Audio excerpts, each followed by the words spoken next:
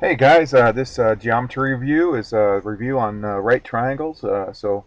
Before we do that, if you're in my class, I'm doing this for a guest teacher, so they have a classroom quiz. So I'm going to go ahead and let them pause this and take care of this. This says 50y to the 7th, the square root of y to the 29th. This one's the square root of 9 squared plus 12 squared, square root of 15 plus the square root, or times the square root of 48.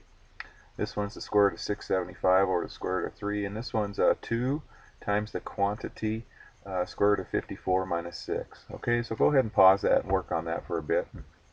And then, all right, here we go. So this is the review for the test on Chapter 7 on right triangles. Here we go. Use the Pythagorean theorem to find the unknown length. So you're going to have a few of these on your test. All right, so I don't know why my screen got big like that, but I kind of like it. I hope you guys can see it on there, all of it. So anyway, so it's going to be this side squared, 14 squared, plus 48 squared equals x squared. Remember the old Pythagorean theorem? And you crank that out, and hopefully you have a calculator by now, because I told shame on you if you didn't get a calculator. And if you don't have one by now, then shame on you, shame squared on you. Okay, you need a calculator for this chapter, otherwise you're not gonna do well on this chapter test. You need a scientific calculator. You can get them at the dollar store or borrow one from somebody. Everybody at school has one. You should have one by now. All right, you should have one right now in your hands. Okay. All right, and that's for my kids, you guys. So if you're not in my class, no worries. All right. So here, this is 24 squared plus x squared equals 51 squared, and I think that's a Pythagorean triple also, you guys. When I square that and then subtract 576, I get 2025, which is 45. So I'm trying to think what multiple that is. I know 3 goes into all those numbers. Let's see, 8. Yeah, so it's a 8, 15, 17. This is 8 times 3. This one's going to be 15 times 3 because that's 17 times 3. So it's a p triple, multiple of 8, 15, 17. Okay, and if you don't know what I'm talking about, look at the video called P triples or Pythagorean triples. That's a great one, you guys. Great SAT one.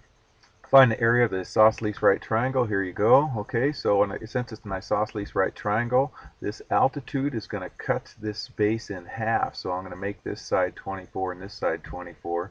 And then we have a Pythagorean triple happening right there. The area of a triangle is 1/2 base times height. Okay, so what number goes with 24 and 25? Do you remember that? I mean, you can do the Pythagorean theorem if you want. 24 squared plus h squared equals 25 squared. Or no, your p triple is going to be 7. All right, so that will do to 7. So now I know the altitude, the h, and I know the base is 48, so it's going to be half of 48 times 7. And I get 168 meters squared.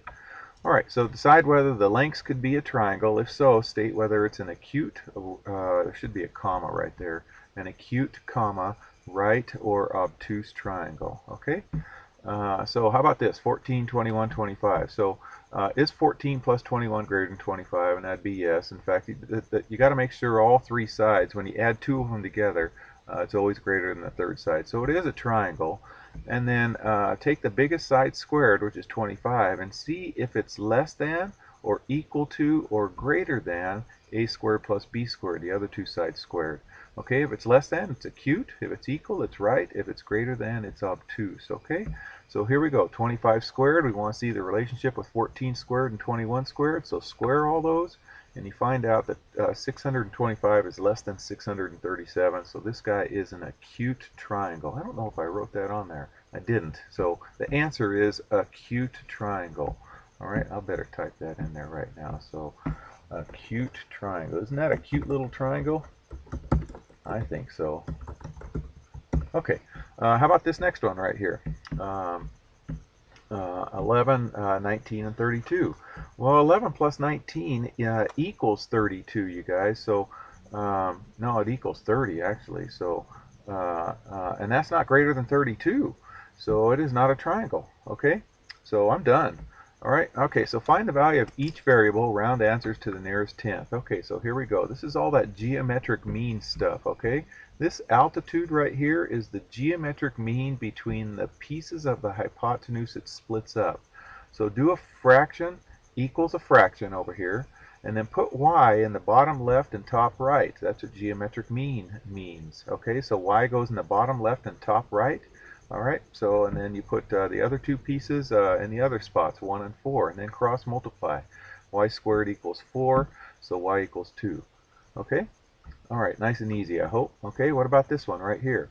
Okay, this time, this leg right here is the geometric mean between the piece of the hypotenuse that it touches, I call it the projection piece, and the whole length of the hypotenuse. Okay, so 9 goes in the bottom left and top right, and between the piece of hypotenuse and the whole length of the hypotenuse. So cross multiply, 7x equals 81, and you get 11.6.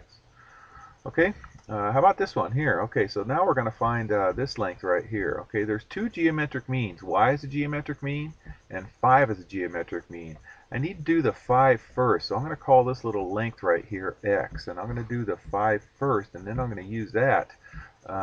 So 5 is the geometric mean, so bottom left, top right, there's my geometric mean, between the two pieces of hypotenuse.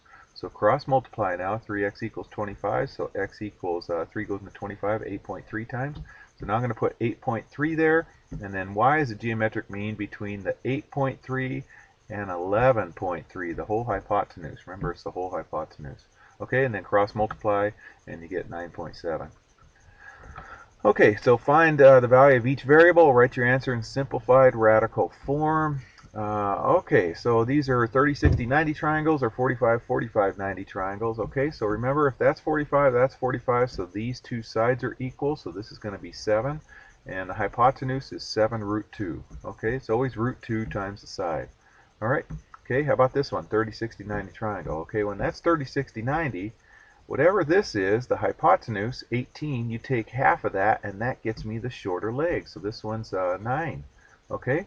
And then the longer leg is always root 3 times the shorter leg. So this is going to be 9 root 3. Okay? So G equals 9, H equals 9 root 3.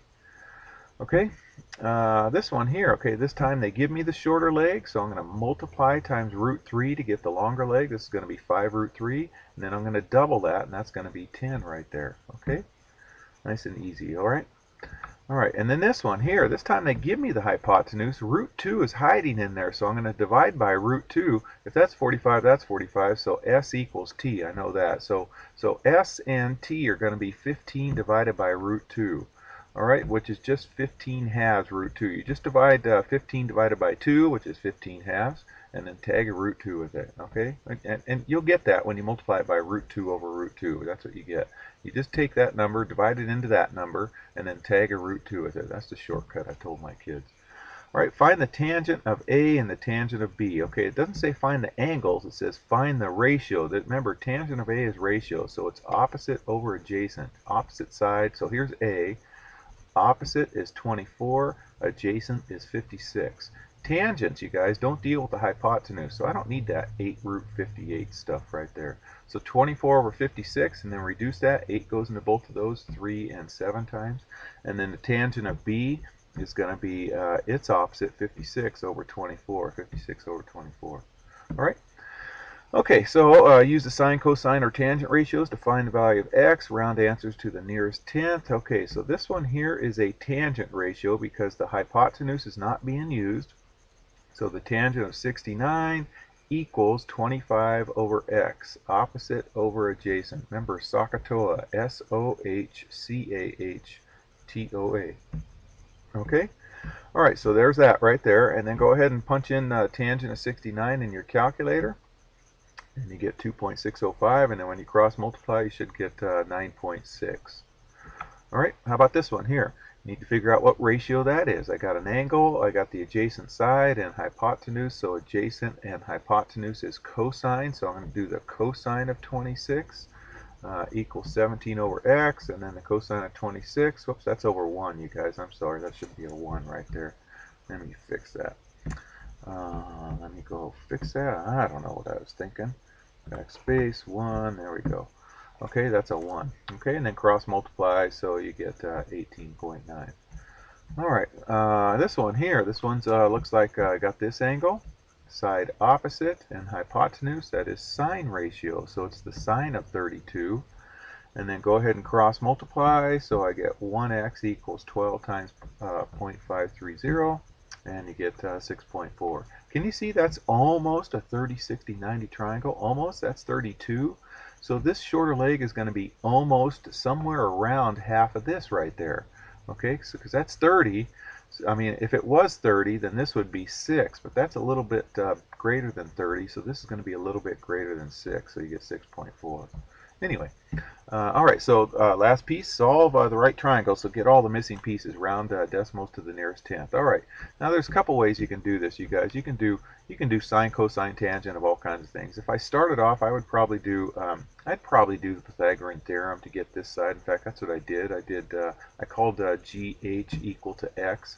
And then I just use the old Pythagorean theorem, you guys. So you get the square root of 85. I love root answers, you guys, but the directions did say round answers to the nearest tenth. So the square root of 85 is about 9.2. All right, now I think I did angle G, and I think I did the tangent of angle G. The tangent of angle G is opposite over adjacent, so 7 over 6. All right, so when you do that, 7 over 6 is 1.16666. So I do second function tangent of 1.166 and I get 49.4. All right, so if that's 49.4 degrees, remember a triangle adds up to 180, so I need 40.6 for the other angle right there. All right, piece of cake. All right, and if you're in my geometry class, I would assign that for your homework. Take care, you guys.